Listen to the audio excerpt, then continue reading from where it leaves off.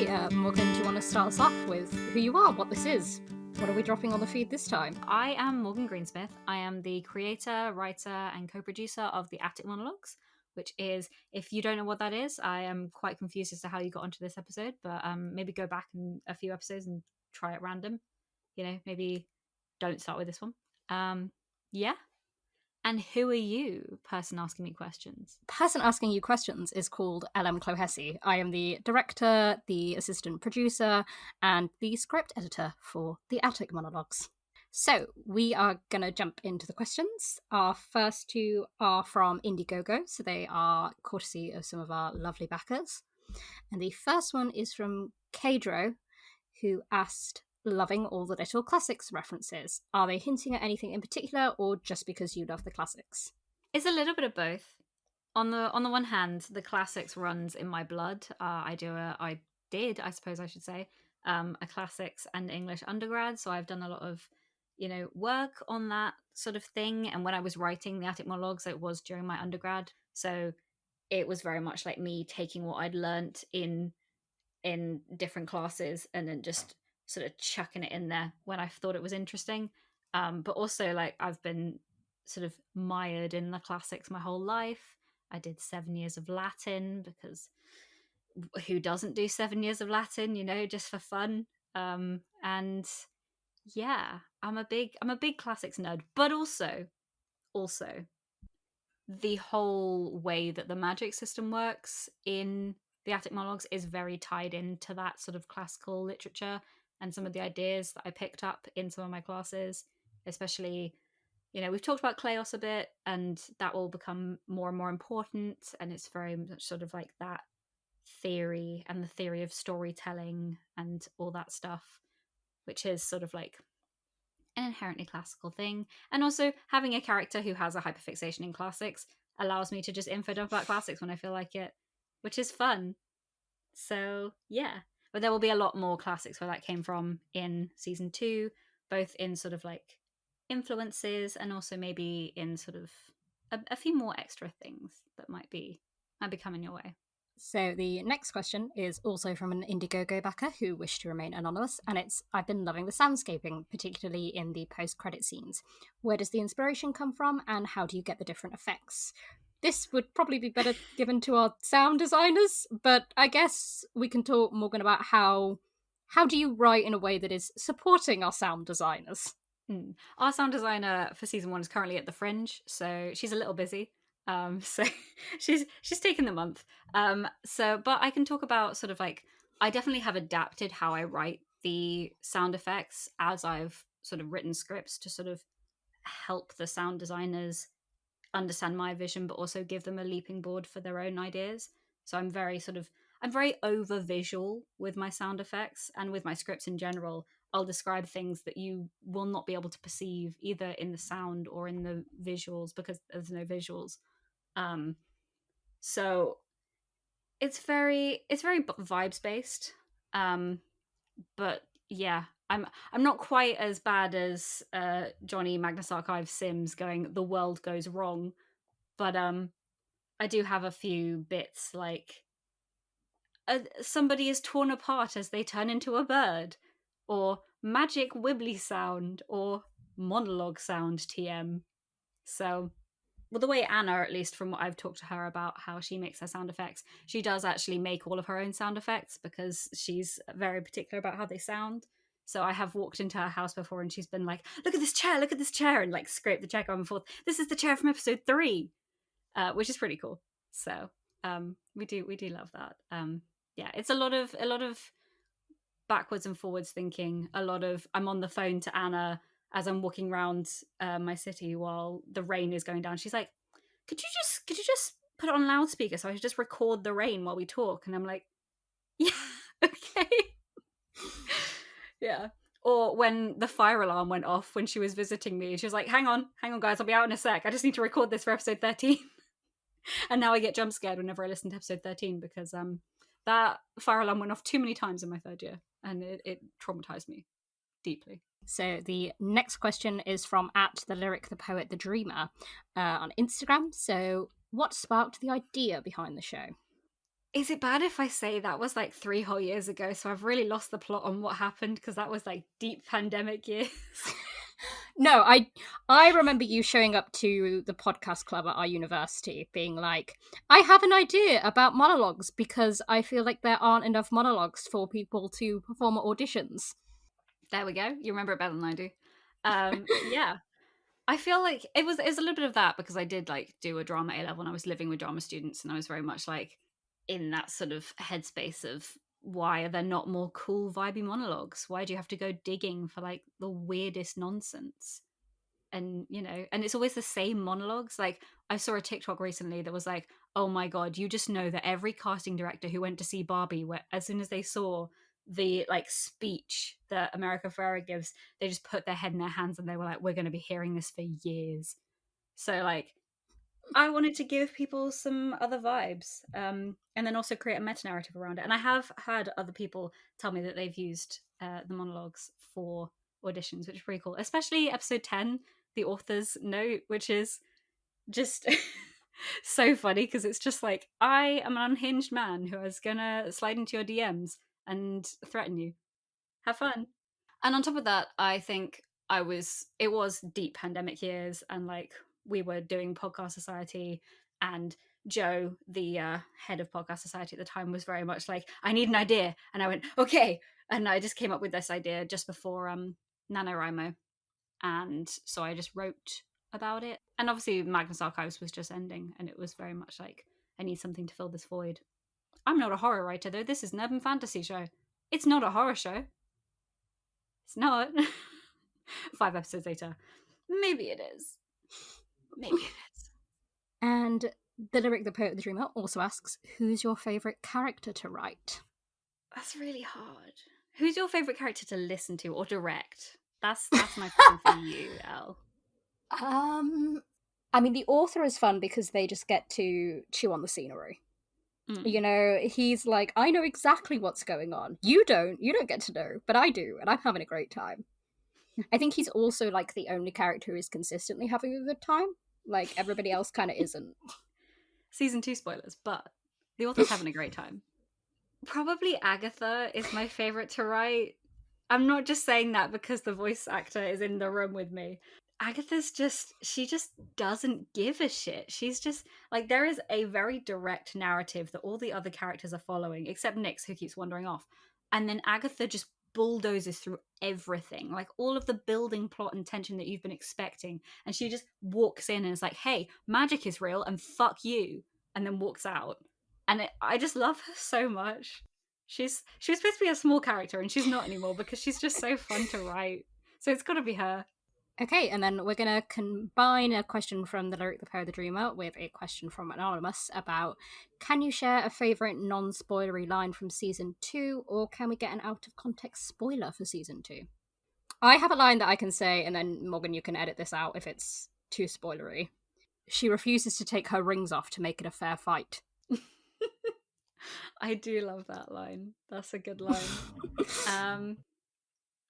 Give her a spine and a Molotov cocktail and she'd be right at home. Yeah, I like that one a lot. I just think it's funny. What was the other half of the question? It was just, can we get an out-of-context spoiler? But I think we've covered that with giving them a line. An out-of-context spoiler. Trees. There you go. That's your out-of-context spoiler. Trees. Okay, and next, Anonymous asks, if you were in TAM, what songs would be on your character playlists? Oh, well, dear listener, you may not know this, but all of the characters are basically just me in a trench coat. So,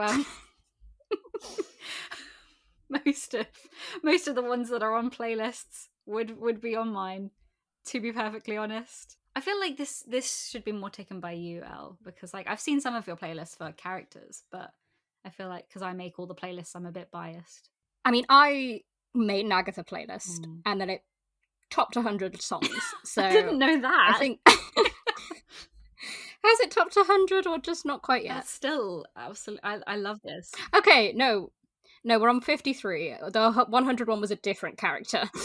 Okay, I was going to say, I don't think my Nyx playlist is even on 100 yet. But I guess one from there is Hard Times by Paramore. because I feel it's a very Agatha-coded song. But if you were a character in the Attic Monologues... But I play a character. I play Agatha. Yeah! Are you the character? Are we getting that meta? I don't think so, but I think I would also have hard times. I'm just going through like my chunky playlist. See, all of these are a bit too exposing my trauma, so I feel like just going look at the actual characters and make of that what you will, because they're not entirely me, but I've like shaved off little chunks of me and then wrapped them in Play-Doh. So you don't know what's the Play-Doh and what's the chunk, but there's definitely something in there. That's a little metaphor for you. You're welcome. Okay, so the next question is, what podcast characters did Nyx and Bella go as for Halloween? Yes, episode 8. Oh my god, this was so much fun. Nyx went as Diggory Graves from Hello from the Hallowoods, and Bella went as Aubrey Little from The Adventure Zone. Because I was listening to both those at the time, and I thought it was funny.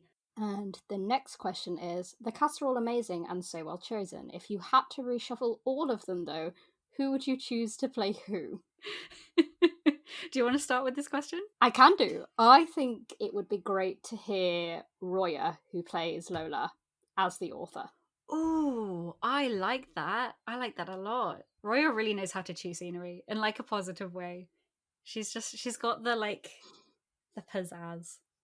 I'm trying to remember who we even have now. The cast has grown so much since we started. I think it might be cool as well to see Atlas, who plays Nyx, playing Ambrose. You know, that is such a like cute little like progression from redacted to redacted.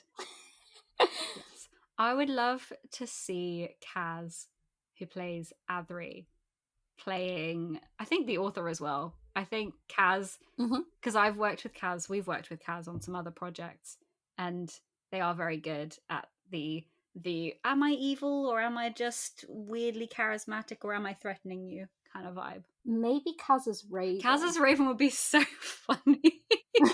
Considering the Adri Raven dynamic. Oh my god, they are so similar people. It would be so funny. Well, that's why they can't stand each other. Exactly. That's the whole thing. Who would you have me play? I feel like you could do a good author as well. This is the new compliment, is I think you could play the author in the Attic Monologues. That's the ultimate compliment. Well, I think, I can't remember if I found it or if another member of the crew found one of those quizzes that you can do about who you'd end up as, and I did get the antagonist. And I was like, babe! You know, yeah, I remember that. I think I got the author for that one. just it's perfect. I think I'd like to hear you as Athri. Ooh. I think you could have a lot of fun with that. Spicy. Ooh. Just an evil librarian, you know? Am I not just an evil librarian as somebody who works in a bookshop but in the cafe? Well, I was going to say you can't be Ambrose because you're not cheery enough as a barista. Wow. You've just never seen my customer service face. I am so cheery. I'm the ultimate cheery. When I have the spoon. Yeah. I couldn't be Ambrose though. Ambrose is too like normal and I wrote Ambrose deliberately to be like, not deliberately to be funny, but like Ambrose was like all the funniness that I don't have, like the dry humor, which Joe really just ran with. You know what? I think Sorren, our social media manager, could do a great Adri. I think he has the deadpan down really well. Alternatively, Sorren as Sam. Sorren, the long-suffering flatmate. Yeah, it's perfect. It's perfect. And Kit, who currently plays Sam, could also do a good Ollie. I feel like Sam and Ollie are quite similar characters in that they're sort of peripheral and long-suffering and might get bigger arcs later on. So, the next question is, what are you most excited about for season 2? Where do I start, listener? Where do I start? The problem with writing a podcast where you follow the quote-unquote podcast pacing, where basically the whole of season 1 is just a prequel to the actual plot, is that you can't talk about the actual plot with anybody until season 1 is done. And season 1 took 2 years to release. So I'm really excited for people to know that magic exists and how the magic works and the fact that Nyx is the protagonist and how that all works, because we all knew that magic was a little bit real because it's an urban fantasy horror podcast, but the meta-narrative being an actual meta-narrative, I couldn't talk to anyone about, including like people I lived with. So I'm really glad that that's out there, and then we can talk about it, and that we're going to explore it in season 2. I think that's what I'm most excited for. But also seeing the author. We've got some really, really good author stuff. I'm so excited for. Yeah, Alice is just absolutely slaying it every single time. What about you, Elle? So, non-spoilery, I am really looking forward to Bella and Lola's arcs this season. Because I think this season we get to branch out a little bit from Nyx in that everybody else kind of starts getting their own plot lines, their own sort of things that they're dealing with, and how those pan out. Yeah, the elevation of Bella to more of a deuteragonist in this season is something that can be so personal. And we love. And we got hints of it in sort of like episode 14 and stuff like that. But she's proper. Spoilers to everybody, but she's a proper deuteragonist in season 2. And we love it. But obviously not like deuteragonist with a capital D. She's still the love interest. And then maybe some other roles. And then, whose character development are you most proud of, or did you find the most unexpected from season 1? I mean, Agatha doesn't develop, but she definitely was unexpected. I think from what you first told me of Agatha, it was supposed to be more of a she's just looking for someone, and then it turned into she does not care about anything. Yes, she will fight you and win. I think Ambrose's development surprised me because the way that I write all of the characters, I do write it sort of like alongside the recording process. So I do really enjoy taking in the actors' mannerisms and sort of editing the character as I go. And Joe has quite a deadpan in how he speaks, which definitely influenced Ambrose quite a lot. As listeners will see in the beginning of season 2, we sort of lampshade sort of how different Ambrose is to the original conception. Because Ambrose was originally this sort of like sunshine bard character that I created for a D&D campaign when I was like 17. And he's very different now. But I love him with all my heart. The problem with it being a prequel season is that no one's really developed. They've all gotten a lot worse. Specifically, Bella's gotten a lot worse, and Nyx had a little dip in the beginning of the middle of season 1. But overall, I feel like everyone's gotten worse. But I'm very proud of how much worse they've got, and I enjoy how much worse. I remember, I think it was episode 8 or 9, whatever the Seth Party episode is, we did have very long discussions about how bad Nyx was going to be. Yep. And as well how bad they were going to be in episode 11. Yeah, because originally it was very much like a protagonist has to be the good guy. And the more I wrote it, the more I was like, I really want to explore different aspects of mental health, and specifically like the non-sanitized aspects of mental health, which like you can't control, but still do end up hurting people, and sort of how you walk that line. And Nyx and Bella and Lola and Seth have been friends for a long time, so they're very much used to hurting each other and sort of moving on from that. But there does come to a certain point where you have to sit down and like actually try and figure out how to move forward. And I think the core 4 boiling down and sort of starting to disintegrate a little bit is happening a lot faster than I expected it to. But I'm really enjoying how it's working out, because I think we are succeeding in sort of threading that needle between sort of the 2 different aspects that we're trying to talk about without just diving off the edge and being like, Nyx is a terrible person or Nyx has done nothing wrong. So I'm very proud of how we've managed to do that. I feel like we've done a lot of R&D on our end to sort of like workshop how it's going to work. Lots of 3 a.m. screaming conversations, which we do love. Next question is, has there been any of the torture language in season 1? If so, how did you come up with this, and why was it important for you to have a different language in the series? To explain to the listener, torture language is what the voice actor for Ambrose, Joe, likes to call the conlang that I have invented for this series. Because in season 2, most of the lines with that language in it are from Ambrose, and he does not enjoy having to try and pronounce those words. Yeah. So torture language is, you know, it's fine. So I came up with it. I took Latin and I took Old Norse and I kind of just smooshed them together it's very much just sort of cherry picking, like that word sounds nice in that language and that one sounds nice in that language, and I'm going to string them together into a sentence.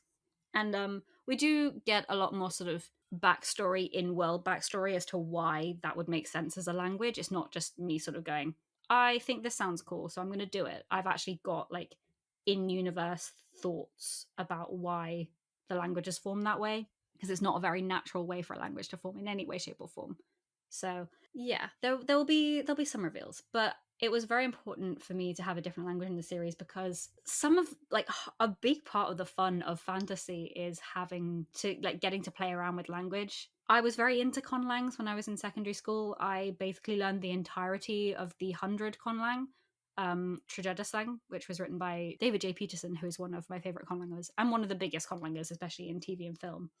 And I love fantasy languages so much. I think they're so interesting, especially when they're sort of well built in. They're just really cool. They just make a world grow in such a sort of 3D way. One day I'll get a tattoo in Trinivy, and it will be the lowest I've sunk to, but also the coolest I've ever been. An anonymous wants to know which monologue was the hardest to write. I don't remember what episode it actually ended up being in, but the one that's about the library. The one that's by Matteo Ricci, an obsessed academic, I think is what it's called. That one was originally supposed to be in episode 6, and it just did not want to write itself. It kept just grinding into the dirt until I just moved it. I was like, I yeeted it to the end of the season and was like, it needs to be over there somewhere because I'm not dealing with it now. Because originally, it was basically me just info dumping about the Oxyrhynchus papyri, which is like deep cut classical knowledge about like the source of many of our like current classical texts, is this huge pit that we found in Oxyrhynchus. And that's not particularly spooky interesting. It was just me being like, this is cool, I'm going to talk about this. And it did not make it into the final cut. But once I sort of moved on with that, and also because Matteo Ricci was deliberately written in a very non-linear way, and he's kind of nuts. And that was really interesting to write, but I don't think I'll ever do it again, because trying to follow those threads when he can't even follow the threads, when my brain is already doing mental backflips, it was too much for me. It was too much. So that one was a struggle. Okay, and the next 2 questions I think we can combine, which is, when can you stop making me cry, and when can you let your characters be happy? Yeah, see, somebody else asked this in our mid-season 1 Q&A, and I said never. So I'm going to one-up myself this time and say, how about I make it worse? What if I just make it worse? I think you'll enjoy it in the long run if I just make it worse. A lot of our 3am conversations are about how we could make it worse. Yeah. I'm always like, here, Elle, is this idea? And you go, yeah, but have you considered even worse? And I'm like, oh my God, this is brilliant. No one's doing it like us. We're torturing people. It's great. We're having a lot of fun doing it, though. And you know, horror, that's what you come to it for. But in the long run, just know we also love these characters. That's all you need to know. I feel like going into this season and this series, you need to know that, like, yeah, we're torturing the characters, but we also love them. So some of them at least will be safe. That's the most cryptic I can be. And the next question should be a short and sweet one, which is, which character is the most gender? I feel like it's gotta be Adri. I don't know. I was going to say Raven. Raven's definitely doing gender like no one else. And we've discussed Athri and Raven are 2 sides of the same coin. You know, they're both gendering and they're trying to out-gender each other, but they don't register that they're trying to out-gender each other. They're just like, yeah, I am the best dressed bitch around here. Like, what do you mean? I'm the coolest person on the block. And then everyone else is just looking at them being like, why? When did it become Paris Fashion Week? What is going on here? Hello? Are you okay? It's a Tuesday. Can you breathe outside of those feathers? Are you okay? Yeah. But then I feel like Nyx is very much doing the like queer university student gender like no one else. Like, they've got it down. They've got the crazy hair. They're wearing the dungarees. They're thriving. I mean, I think Lola's Halloween outfit was very gender. Oh my God, yeah. Lola's Halloween outfit was like weird Barbie on steroids, but like also like Midsummer Night's Dream and glitter. And honestly, what more could you want? Every character in this show has so much gender because I'm just packing it full. Because I'm like, I don't know what that is. Throw it in. That's a gender. Have fun. And next is, what was your inspiration for the Secret City? The Secret City, aka Trinobantum. Honestly, it was my Romance from Chaucer to Shakespeare module in third year because we were learning a lot about the history of Troy and the history of English Romance literature, which I'm still writing that essay on a year later. Listeners should know it's due in 60 hours, and I am instead recording this Q&A, but it's fine. Yes. So I was really interested in that sort of influence of classical literature and thought on early English thought, as opposed to where most of my focus has been for my undergrad, which was modern thought and how it has been influenced by classical literature. So looking at that and looking at this concept called translatio imperii, which is this concept of people claiming that they're descended from Troy in order to bolster their own political status. My brain was kind of like, what if that was real? What if Troy literally used to move? What if actually maybe there was a city underneath Troy that was the main goal? And what if it was moving around? And then what if it got stuck in England because goddamn London? Yeah, I was really processing my thoughts of having moved out of London and being like, wow, oh, why is London like that? Jesus Christ. I think that was a big influence in me writing it the way I did, was me processing that. I will say, occasionally Morgan and Sorren will say things, and I will have to just take a moment and be like, that is one of the most London things I have ever heard. I'm learning. I'm a recovered Londoner. I'm trying. I'm trying real hard. Okay, next. Is there any such thing as a neurotypical person in your podcast? No. Next question. I'm not neurotypical, so no one I write knows how to be neurotypical. I couldn't write a neurotypical character if I tried. And the main crux of the show is, how do people deal with mental health when there's also this huge, bloody, magical plot going on in the background? So, no. Why would I do that? You're welcome. And the final question we have here is, can you do an April Fool's episode? Okay, so this is kind of a joke question. This is from my friend Alex. We've had a lot of conversations about the April Fool's episode, and I definitely have considered it, and I would definitely like to do it one day in the future. And it would be Ambrose centric, and it would probably be a sort of the older generation of the show. You know, Ambrose, Adri, Raven, Agatha, etc., etc. And it would just be, the kids are gone for the weekend. What havoc is going on here? I feel like that could be a lot of fun.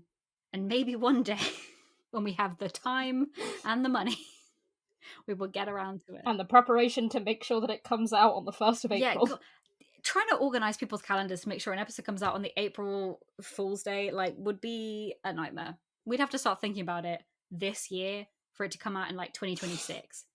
So, you know.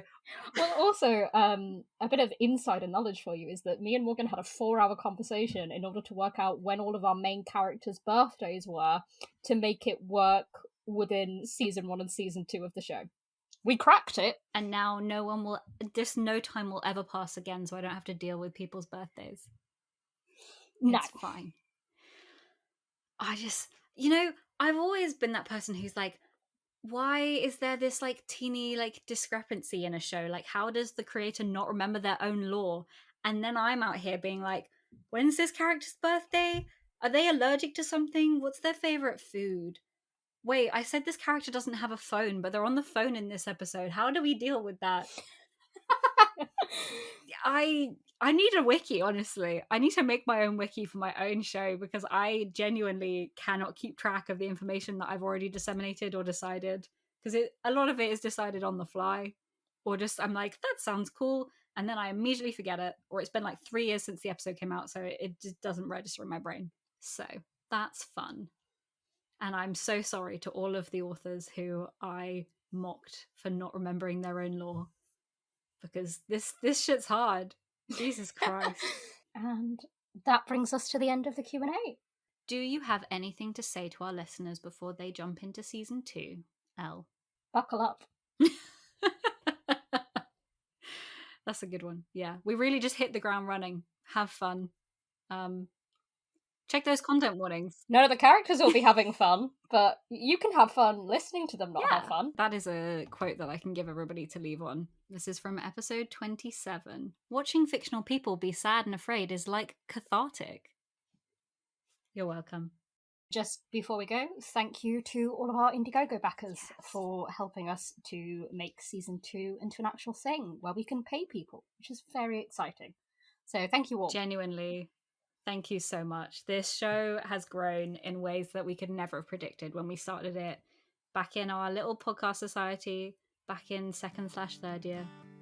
It's become such an amazing experience, and having the money to continue it is just so exciting, and I can't wait for you guys to see where it goes. And you will be hearing from us very soon. Bye!